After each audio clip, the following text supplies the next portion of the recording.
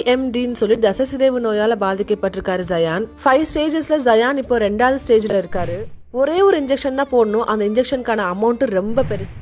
கஷ்டப்பட்டு கஷ்டம் பார்க்காம கொஞ்சம் ட்ரை பண்ணி பாருங்க பிரதர் அண்ட் சிஸ்டர். நம்ம கொடுக்குற 100, 500, 1000 அதனால இந்த குழந்தைய எப்படி பாதுகாக்க முடியும்? 25 கோடி எப்படி சேரும் அப்படின்னு சொல்லிட்டு. ஆனா இறைவன் நினைச்சா ஒரு நொடியில எல்லாமே மேஜிக் மாதிரி மாறும். 25 லட்சம் பேர் ஆளுக்கு 100 ரூபாய் கொடுத்தா போதும், 25 கோடி சேர்ந்துரும். கண்டிப்பா இந்த குழந்தையை நம்மளால காப்பாற்ற முடியும். அஸ்ஸலாமு அலைக்கும் வரஹ்மத்துல்லாஹி வபரகாத்துஹு. இப்போ நம்ம பார்த்தோம் இல்லையா, இந்த குழந்தைய பற்றிய வீடியோவை எல்லாருமே அவங்களுடைய சமூக வலைத்தளங்களில் பகிர்ந்துட்டு வராங்க. ஏன்னா இந்த குழந்தைக்கு அப்படி ஒரு தீவிரமான நோய் இருக்குது. ஆல்ரெடி நம்ம கேட்டிருப்போம், இருந்தாலும் சொல்கிறேன்.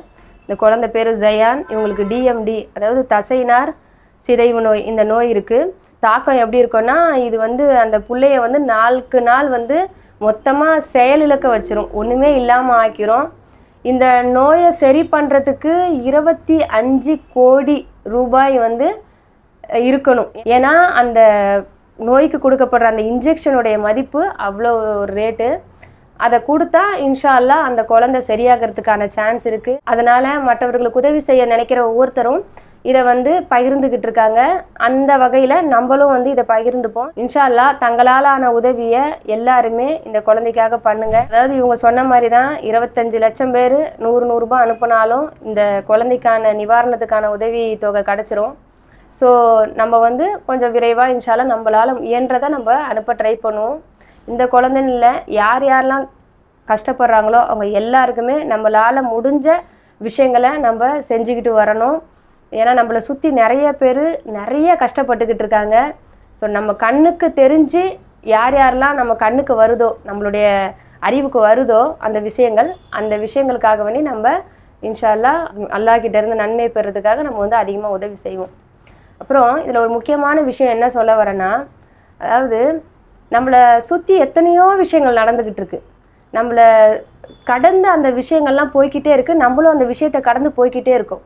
இந்த விஷயங்கள் மூலியமாக அல்லாஹ் நமக்கு ஏதோ சொல்ல வரான் இல்லையா? ஏன்னா அல்லாஹ் தஆலா தன்னுடைய திருமறையில் ஒவ்வொரு இடத்துலையும் நீங்கள் சிந்திக்க மாட்டீர்களா, உங்களுடைய உள்ளங்கள் என்ன பூட்டுப்பட்ட வைக்கப்பட்டிருக்கு அப்படின்னு கேட்குறான். அடுத்து என்ன சொல்கிறான், இந்த ஊர்களில் சுற்றி திரிந்து அல்லாஹ்வுடைய படைப்பினங்களை பார்த்து நீங்கள் நல்லுணர்ச்சி பெற மாட்டீங்களான்னு கேட்குறான். இந்த மாதிரிலாம் இருக்கும்போது நம்மளை சுற்றி நடக்கிற இந்த மாதிரியான விஷயங்கள் நம்ம உதவி செய்யணுங்கிறதுக்காகவும் இல்லையா, நம்ம அவங்களுக்காக வேண்டி துவா செய்யணுங்கிறதுக்காகவும் இல்லை நம்ம அவங்களுக்காக ஃபீல் பண்ணுங்கிறதுக்காகவும் அந்த வகையில் நமக்கு நன்மையை தேடி தரதுக்காகவும் நடக்கலாம். அதே நேரத்தில் இன்னொரு விஷயம், நமக்கு என்ன நன்மை அதில் இல்லையா, நம்ம அவங்களுக்கு உதவி செய்கிறோம், நமக்கு என்ன நன்மை. இதை இன்னொரு எடுத்துக்காட்டு மூலியமாக எப்படி சொல்லலாம்னா, இப்போ நபிகள் நாயகம் ஸல்லல்லாஹு அலைஹி வஸல்லம் அவங்க ஒரு நோயாளியை பார்க்க போகிறத ரொம்ப வற்புறுத்தி சொல்லியிருக்காங்க. ஏன்னா அந்த நோயாளியை பார்க்க போகும்போது அவ்வளோ நன்மைகள் கிடைக்குமா.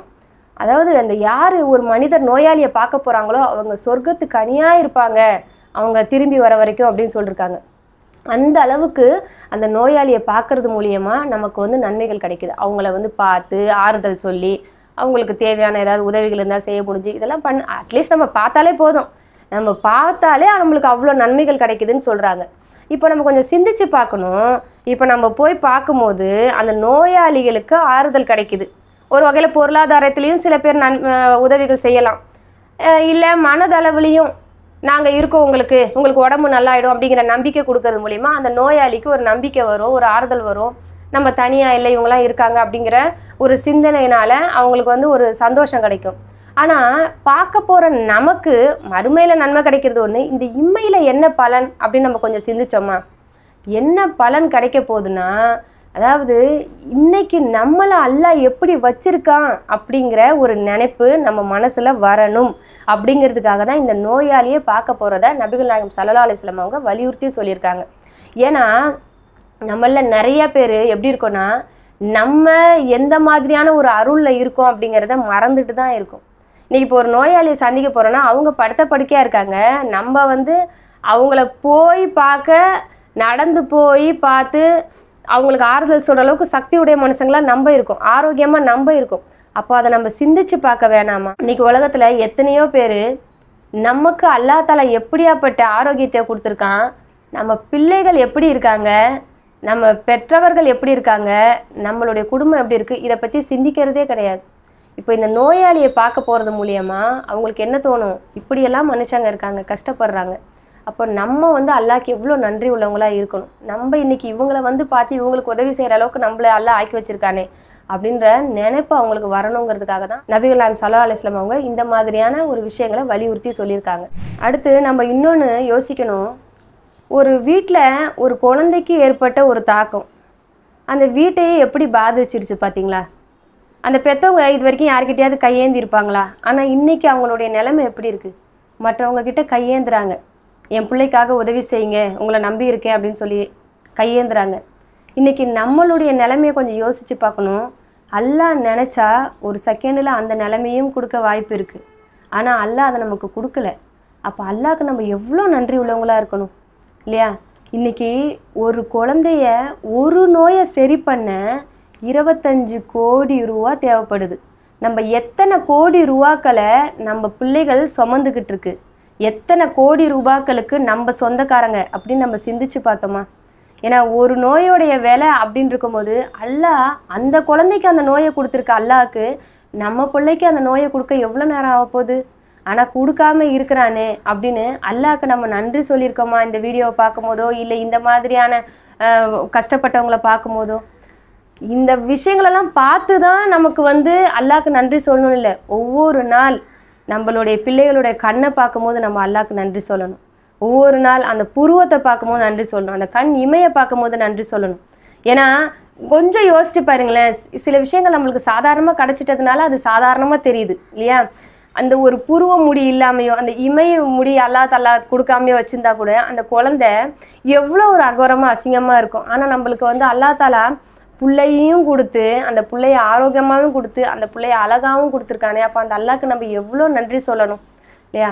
அல்லாஹ் தாலா அந்த மாதிரி பெற்றவங்களுக்கு, அதாவது இந்த கஷ்டப்படுற பிள்ளைகளை கொடுத்த பெற்றவங்களுக்கு அவங்க அதை பொறுத்துக்கிட்டாங்கன்னா, சபுர் செஞ்சுக்கிட்டாங்கன்னா அதில் அல்லாஹ் நிறைய நன்மையை கொடுப்பான். அல்லாஹ் அவங்களுக்கு அந்த நன்மையை நிறைய ஆக்கி கொடுக்கட்டும். ஆனால் இந்த சோதனைகளை அவங்களுக்கு கொடுத்து சுற்றி இருக்க மக்களுக்கு அல்லாஹ் என்ன சொல்ல வரான் அப்படிங்கிறத நம்ம கொஞ்சம் சிந்திச்சு பார்த்தோமா? ஒரு நாளும் நம்ம வந்து நம்மளுடைய குழந்தையோட காலை பிடிச்சி, இந்த காலுக்கு கொடுத்துருக்கியா அல்லா, நான் உனக்கு நன்றி சொல்கிறேன்ல, யாரெல்லாம் இந்த கையை கொடுத்துருக்கியால உனக்கு நன்றி சொல்கிறான்ல அப்படின்னு நம்ம ஒவ்வொரு நாளும் சொல்லணும். அல்லாஹ் தாலா தன்னுடைய திருமறையில் என்ன சொல்கிறான்? லயின் ஷக்கர்த்தும் ல அசிதன்னக்கும். யார் ஒருத்தர் வந்து எனக்கு நன்றி செலுத்துகிறாங்களோ அவங்களுடைய அருளை நான் அதிகமாக்கிட்டே இருப்பேன் அப்படின்னு சொல்கிறான்.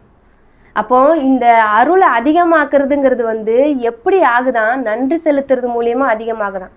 இப்போ ஒன்றும் இல்லை, நம்ம ஒரு சமையல் சமைச்சு கொடுக்குறோம், ஒரு குழந்தைங்களுக்கு கொடுக்குறோம். அந்த குழந்தைங்க வந்து அதை விரும்பி சாப்பிட்றாங்க, கடகடன்னு சாப்பிட்டு முடிச்சிடுறாங்க. அதை பற்றி எந்த விமர்சனமும் சொல்ல, இது நல்லா இருக்குது, எனக்கு ரொம்ப பிடிச்சிருக்குமா, ரொம்ப தேங்க்ஸ்மா அப்படின்லாம் எதுவுமே சொல்ல, கடகடன்னு சாப்பிட்டு முடிச்சிடுறாங்க. சரி, நம்ம குழந்தைங்களுக்கு எப்பவும் கொடுக்க தான் செய்வோம், நல்லது பண்ண தான் செய்வோம் அப்படின்ற விதத்தில் அடுத்து நம்ம செஞ்சு கொடுப்போம்.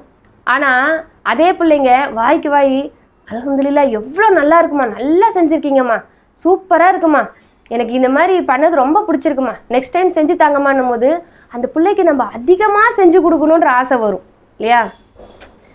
அந்த ஒரு நினைப்பு நம்மளுக்குள்ளே வரும். அப்போ ஒரு சாதாரண மனுஷங்களுக்கே அவங்க பண்ண விஷயத்துக்கு ஒரு மற்ற மனிதர்கள் நன்றியோடு இருக்கும் போதும் அதை பாராட்டும் போதும் அடுத்தடுத்து நிறைய செஞ்சு கொடுக்கணும் அப்படின்னு தோணும் போது நம்மளை படைச்ச ரப்புல் ஆலமீன் இல்லையா, அவன் எப்படி நம்மளுக்கு எல்லாத்தையும் ஸ்பெஷலாக பார்த்து கொடுத்துருக்கான். இன்னைக்கு நம்ம காலையில் தூங்கி எழுந்துக்கும் போதே நம்ம காதில் எந்த கெட்ட செய்தியும் விழாமல் இருக்கிறது நம்ம எத்தனை கோடிக்கு சொந்தக்காரங்களாக இருக்கிறதுக்கு ஒரு அர்த்தம் இல்லையா?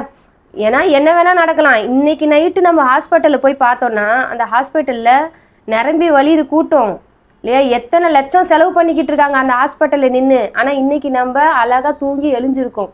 இதுக்கு நம்ம என்னைக்காவது நன்றி செலுத்திருக்கோமா? ஒரு நாள் நம்ம பாத்ரூம் போயிட்டு வெளியே வரோம், அல்லாஹ் நான்னா நம்ம அங்கே வலிக்கி விழலாம், இல்லை நம்ம வெளியே வந்துட்டோம், அப்போ அதுக்கு நம்ம நன்றி செலுத்தினோமா? படியில் ஏறுறோம், கீழே விழுந்திருக்கலாம், நம்ம அதுக்கு நன்றி செலுத்துகிறோமா? ஒவ்வொரு செகண்டும் நம்ம அல்லாஹ்க்கு நன்றி செலுத்திக்கிட்டே இருக்கணும். ஏன்னா அந்த நன்றி செலுத்துதுங்கிறது தான் வந்து நம்மளை சந்தோஷப்படுத்தும். ஆனால் இன்னைக்கு மனுஷன் புலம்பிக்கிட்டே இருக்கான், எதுக்கு எடுத்தாலும் புலம்பல், எதுக்கு எடுத்தாலும் அவனுக்கு இல்லாததை மாதிரியே அவன் பேசிக்கிட்டு இருக்கான். அல்லாஹ் சொல்கிறான் நீ என்னென்ன குவாலிட்டியோ நான் உனக்கு எல்லாமே கொடுத்துருக்கேன்னு குரானில் சொல்கிறான். ஆனால் மனுஷன் நான் எதுவுமே இல்லை அப்படின்னு சொல்லி புலம்பிக்கிட்டு இருக்கான். அல்லாஹ் இந்த வசனத்துக்கு கீழே இன்னொரு வசனத்தில் என்ன சொல்கிறான்னா, லஇன் கஃபர்தும் இன்ன அதாபி ல ஷதீதுன். அதாவது யார் எனக்கு நன்றி செலுத்த மறுக்கிறாரோ, யார் எனக்கு நன்றி செலுத்த மாட்டாங்களோ என்னுடைய தண்டனை கடுமையானது அப்படின்னு சொல்கிறான். அப்போ அல்லாஹ்வா தண்டிக்கிறான் நமக்கு நன்றி செலுத்தாமல் இருக்கிறது மூலியமா. நம்ம பிள்ளைகளை இப்படி அல்லாஹ் கொடுத்துருக்கானே, அல்ஹம்துலில்லாஹ்.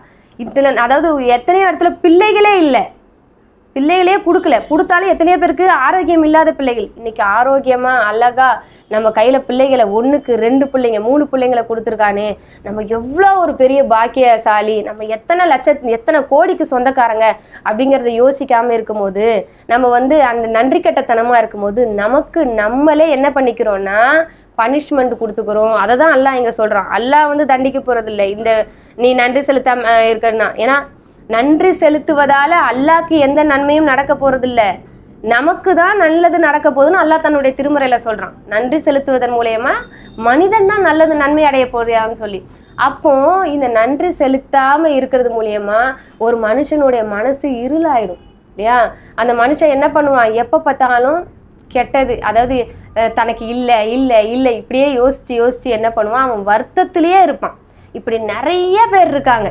தன்னை சுற்றி இருக்க அருள்களை கொஞ்சம் கூட எடுத்துக்காம, அதை பற்றி சிந்திக்காம, அதை புலம்பி அல்லாஹ் அவங்களுக்கு எல்லாமே கொடுத்தாலும் அவங்க எந்நேரம் கவலையில் தான் இருப்பாங்க. ஆனால் சில பேர் எப்படி இருப்பாங்கன்னா, அல்ஹம்துலில்லாஹ் சின்ன விஷயம் கிடைச்சாலும் அதுக்கு ரொம்ப அவங்க என்ன பண்ணுவாங்க, அல்லாஹ்க்கு நன்றி செலுத்துவாங்க, நமக்கு நல்லா கிடைச்சிருக்கு அப்படின்னு திருப்தி ஆவாங்க. அது மூலயமா அவங்க சந்தோஷமாக இருப்பாங்க.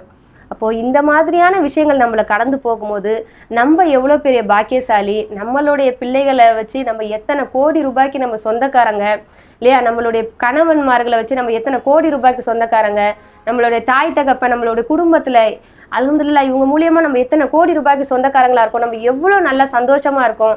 அல்லாஹ் நினச்சா ஒரு செகண்ட் ஆகாத ஹாஸ்பிட்டலில் போய் நிற்க. ஏன்னா இந்த குழந்தைய இப்போ பெற்றவங்களுக்கு நம்ம கொஞ்சம் யோசிச்சு பார்த்தோம்னா அவங்களால ஒழுங்காக தூங்க முடியாது, ஹாஸ்பிட்டலும் கையுமா தான் அலையணும் இல்லையா. இந்த நிலைமையெல்லாம் கொடுக்காம நம்ம அல்லாஹ் வச்சிருக்கானே, அப்போ நம்ம அல்லாஹ்க்கு எவ்வளோ நன்றி சொல்லணும் அப்படின்னு சொல்லி இந்த மாதிரியான விஷயங்கள் மூலியமாக நம்ம அல்லாஹ்க்கு அதிகமாக நன்றி செலுத்திக்கிட்டே இருக்கணும் இன்ஷா அல்லாஹ். அடுத்து ஒரு மனுஷனை ஷைத்தான் வலிக்கெடுக்கணும் அப்படின்னு நினச்சிட்டானா அவளை என்ன பண்ண வைப்பான், நன்றி கெட்டத்தனத்தில் ஆளாக்குவான். ஏன்னா குரானில் அல்லாஹ் தாலா கிட்ட ஷைத்தான் சவால் விடும்போது என்ன சொல்கிறான், என்னை நீ வெளியேற்றிட்ட, நான் எல்லா மனுஷங்களையும் வழிகெடுப்பேன், அவங்கள நன்றி உடையவங்களாம் நீ காண மாட்டாய் அப்படின்னு சொல்கிறான். அப்போ ஷைத்தானுடைய ஆயுதமே என்னன்னா, ஒரு மனுஷன் மனசில் இருக்க நன்றி உணர்ச்சியை எடுக்கணும். அல்லாஹ் அவனுக்கு என்னென்ன அருள்கள் கொடுத்துருக்கான், அந்த அருள்களை பற்றிய சிந்தனைகளை அவன் மனசுலேருந்து எடுத்து அவனை நன்றி கெட்டவனாக்கி அவனை வலிக்கெடுக்கணும், அவனை இறை மறுப்புக்கு கொண்டு போகணும். அதுதான் அல்லாஹ் தாலா தன்னுடைய வசனத்தில் என்ன சொல்கிறான், நன்றி கெட்ட தன்மைங்கிறது இறை மறுப்பு அப்படின்னு சொல்கிறான். அப்போ இறை மறுப்புக்கு கொண்டு போகணுங்கிறது ஷைத்தானுடைய தன்மை. இப்போ நமக்கு கிடைச்சிருக்க ஒவ்வொரு விஷயத்துக்காகவும் எவ்வளவு நன்றி உடையவங்களாக இருக்கணும் அப்படின்னு சிந்திச்சு பார்க்கணும்.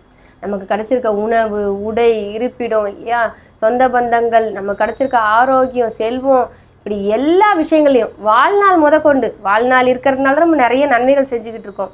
இப்படி ஒவ்வொரு நாளும் நமக்கு கிடைக்கும் போதெல்லாம் அல்லாஹ்க்கு நன்றி சொல்லி நம்ம என்ன பண்ணணும், அல்லாஹ்கிட்ட நெருங்கணும். நம்ம நன்றி கெட்ட மனிதர்களாக இருந்து ஷைத்தான்கிட்ட நெருங்கிடக்கூடாது. அல்லாஹ் நம்மளை பாதுகாப்பான். அப்போ அந்த நன்றி கெட்ட தனத்திலிருந்து நம்ம என்றைக்குமே நம்மளை தூரமாக்கிக்கணும். நன்றி உணர்ச்சியை நம்ம ஒவ்வொரு நாளும் அதிகமாக்கணும் இன்ஷா அல்லாஹ். அடுத்து இன்னொன்று, அதாவது நம்ம இன்னொருத்தருக்கு உதவி செய்கிறது மூலயமா நமக்கு வர முசீபத்துக்கள் எவ்வளவோ தடுக்கப்பட்டுரும் இல்லையா. அதையும் நம்ம கொஞ்சம் யோசிக்கணும். இப்போது நம்ம இன்னொரு குழந்தைக்கு போய் உதவி செய்கிறோம், இன்னொரு பெரியவங்களுக்கு உதவி செய்கிறோம். நம்ம வீட்டில் அந்த ஒரு விஷயம் நடக்கிற விஷயத்த கூட நம்ம யாரெல்லாம் இந்த மாதிரி என் பிள்ளைங்களுக்கு பாதுகாப்பு கூட அல்ல அப்படின்னு சொல்லி இந்த பிள்ளைக்கு நான் உதவி செய்கிறான்ல அப்படின்னு ஒருத்தவங்களுக்கு உதவி செய்யும் போதே நம்ம ஒரு துவாவை செஞ்சுக்கிட்டோன்னா அல்லாஹ் தாலா நம்ம பிள்ளைக்கு நம்ம குடும்பத்துக்கு வர முசீபத்துக்களை நீக்குவோம். ஏன்னா நபிகள் நாயகம் ஸல்லல்லாஹு அலைஹி வஸல்லம் அவங்க என்ன சொல்கிறாங்க, யார் மற்ற மனிதர்கள் மேலே கருணை காட்டுறாங்களோ அவங்க மேலே அல்லாஹ் கருணை காட்டுறானா. மற்றவர்களுடைய துயரை யார் துடைக்கிறாங்களோ அவங்களுடைய துயர்களை யார் துடைக்கிறா, அல்லாஹ் துடைக்கிறானா. அப்போது இந்த மாதிரியான விஷயங்கள் நமக்கு என்னத்தை சொல்லுதுன்னா, நம்ம அவங்களுக்கு உதவி செய்கிறது மூலியமாக நமக்கு ஏற்படுற கஷ்டம் நஷ்டம் எல்லாத்தையுமே அல்லாஹ் அவனுடைய பொறுப்பில் ஏற்றுப்பான், அல்லாஹ் அதை சரி செய்வான் அப்படிங்கிறது நமக்கு இந்த விஷயம் மூலயமா தெரியுது. அடுத்து என்னென்னா, நம்மளுடைய பிள்ளைகளுக்கு வந்து இந்த மாதிரியான விஷயங்களை எடுத்து காட்டும் போது பிள்ளைகளுக்கும் என்ன ஆகும்னா, இந்த மாதிரிலாம் பிள்ளைகள் இருக்குது, ஆனால் இன்றைக்கி அல்லாஹ் நம்மளை எவ்வளோ நல்லபடியாக வச்சுருக்கான் அப்படிங்கிற நினைப்பு தோணும். அதனால் நம்ம எல்லாருமே நம்ம வீட்டில் உள்ள பிள்ளைங்களுக்கு இந்த விஷயங்களெல்லாம் எடுத்து காட்டணும். எவ்வளோ நம்மளை சுற்றி கஷ்டப்படுறாங்க, இந்த ஒவ்வொரு பைசாக்காகவும் எல்லார்கிட்டையும் அவங்க எந்த அளவுக்கு கையேந்தி நிற்கிறாங்க. அவங்களுக்கு வந்து அது கிடைச்சாதான் அந்த பிள்ளை ஒரு சாதாரணமாக விளையாட முடியும். ஆனால் இன்றைக்கி வந்து அது இல்லாமையே நம்ம விளையாடுறோமே அப்படிங்கிற ஒரு உணர்வு அந்த பிள்ளைகளுக்கு ஏற்படுத்தணும்னா இதை வந்து பிள்ளைகளுக்கும் போட்டு காட்டுங்க. இன்ஷா அல்லாஹ் அவங்களுடைய சேமிப்பு காசுலேருந்து இந்த பிள்ளைகளுக்காக அனுப்புங்க இன்ஷா அல்லாஹ். ஏன்னா எப்போவுமே நம்ம என்ன பண்ணணும்னா, நம்மளுடைய பிள்ளைகள் வந்து நல்ல பிள்ளையாக வரணும், அவங்க வந்து எல்லாத்துலேயுமே சாதிக்கணும், இந்த உலகத்துலேயும் மறுமையிலும் வெற்றி அடையணும்னா முதல்ல 2 விஷயங்களை அவங்களுக்குள்ள நல்லா ஸ்ட்ராங்காக ஊட்டணும். ஒன்று, அல்லாஹ்வுக்கு நன்றி செலுத்துறது. இது எல்லாருக்குமே வேணும். ஆனால் குழந்தையிலேருந்தே அந்த பிள்ளை கொண்டு வந்தோன்னா அந்த பிள்ளை வந்து கண்டிப்பாக அவங்களுடைய பெற்றவங்களுடைய அருமை, சுற்றி இருக்கவங்களோட அருமை, அல்லாஹ் தாலா அவனுக்கு கொடுத்துருக்க அருளுடைய அருமை எல்லாத்தையும் அவன் புரிஞ்சுப்பான். அதே மாதிரி அந்த கருணைங்கிற எண்ணம், இந்த கருணைங்கிற எண்ணத்தை ஒரு பிள்ளையோடைய மனசில் நம்ம ஊட்டிக்கிட்டே வந்தோம்னா, மற்றவங்களுக்கு உதவி செய்ய நம்ம வந்து எடுத்து சொல்லிக்கிட்டே வந்தோம்னா ஆட்டோமேட்டிக்காக அந்த பிள்ளைக்கு என்ன ஆகும்னா, நான் வந்து நிறையா படிக்கணும், நிறையா சம்பாதிக்கணும், நான் நிறைய பேருக்கு உதவி செய்யணும் இப்படிங்கிற எண்ணம் வந்து ஆட்டோமேட்டிக்காக வரும். இதை நம்ம எப்படி கொண்டு வரலாம்? சின்ன வயசுலேயே நீ இப்போ இந்த ஒரு புள்ள கஷ்டப்படுது, உனக்கு வந்து நான் இந்த காசை தரேன், நீ ஒரு இதில் நல்ல மார்க் எடுக்கணும், உனக்காக நான் வந்து இந்த காசை தரேன், இந்த காசை வச்சு நீ என்ன பண்ணு, நீ யாருக்கு உதவி செய்ய நினைக்கிறியோ அவங்களுக்கு உதவி செய் அப்படின்னு சொல்லி சின்ன வயசுலேருந்தே கொஞ்சம் கொஞ்சமாக பழக்கணும்னா ஆட்டோமேட்டிக்காக அந்த பிள்ளைங்களுக்கு என்ன ஆகும்னா, அந்த கருணை அப்படிங்கிற நினைப்பு வந்து மனசுக்குள்ளே வரும். இன்ஷா அல்லாஹ் அந்த பிள்ளைங்க வந்து ஒரு பெருசாகும்போது இன்னும் அது வந்து டெவலப் ஆகி இன்னும் அதிக அளவில் மற்றவங்களுக்கு உதவி செய்யக்கூடியவங்களாக வருவாங்க. அதே மாதிரி அவங்களுடைய வாழ்க்கையிலையும் வந்து அவங்க வெற்றி அடைஞ்சவங்களாக வருவாங்க இன்ஷா அல்லாஹ். இந்த மாதிரி நிறைய விஷயங்கள் இருக்குது, நிறைய விஷயங்கள் சொல்லிக்கிட்டே போகலாம். நம்ம கொஞ்சமாவது சிந்திச்சு பார்க்கணும். கண்டிப்பாக இந்த மாதிரி விஷயங்கள் நமக்கு சொல்கிற பாடங்கள் என்ன, நம்மளுடைய அருமை என்ன, அல்லாஹ் நம்மளுக்கு கொடுத்துருக்க அருளுடைய அருமை என்ன அப்படிங்கிறத நம்ம புரிஞ்சு செயல்படணும். அப்படி புரிஞ்சு செயல்படுறது மூலியமா அல்லாஹ் தாலா நம்மளுடைய வாழ்க்கையில் நம்மளுடைய அருளை அதிகமாக்கிட்டே போவான். அல்லாஹ் ஒரு கண்டிஷன் வச்சிட்டான் இல்லையா, நீங்கள் நன்றி செலுத்தினா உங்களுடைய அருளை அதிகமாக்குவேன். அப்போது நம்மளுடைய அருள் அதிகமாகிறதும் நமக்கு பனிஷ்மெண்ட் கிடைக்கிறதும், அதாவது நம்ம புலம்பி பனிஷ்மெண்ட்டை நம்மளே வாங்கிக்கிறதும் யார் கையில் இருக்குதுன்னு சொல்லிட்டான்ல, நம்ம கிட்ட தான் இருக்குது. அப்போது ஒவ்வொரு நாளும் இந்த மாதிரியான அருளை அடையிறதுக்கு நம்ம அல்லாஹ் மேலே நன்றி உள்ளவங்களாக இருக்கணும். இந்த மாதிரியான நிறைய விஷயங்களுக்கு வந்து நம்ம உதவி செய்யணும். இன்ஷா அல்லாஹ் கண்டிப்பாக நம்ம செய்கிற ஒவ்வொரு உதவியும் அவங்கள வந்து நான் அடுத்த லெவலுக்கு கொண்டு போவேன், அவங்களுடைய ட்ரீட்மெண்ட் அடுத்த லெவலுக்கு கொண்டு போகிறதுக்கு ஒரு ஹெல்ப்ஃபுல்லாக இருக்கும் இன்ஷா அல்லாஹ். அதனால் எல்லாருமே தங்களால் முடிஞ்ச உதவிகளை செய்யுங்க இன்ஷா அல்லாஹ். அல்லாஹ் தாலா அதுக்கான கூலியை நமக்கு அதிகமாக்கி கொடுக்கட்டும். நம்மளை நன்றி உள்ள மனிதர்களில் ஒருத்தரை அல்லாஹ் தாலா ஆக்கி வைக்கட்டும். வாஹிர் தவானா அனில் ஹம்துலில்லாஹி ரப்பில் ஆலமீன். அஸ்ஸலாமு அலைக்கும் வரஹ்மத்துல்லாஹி வபரகாத்துஹு.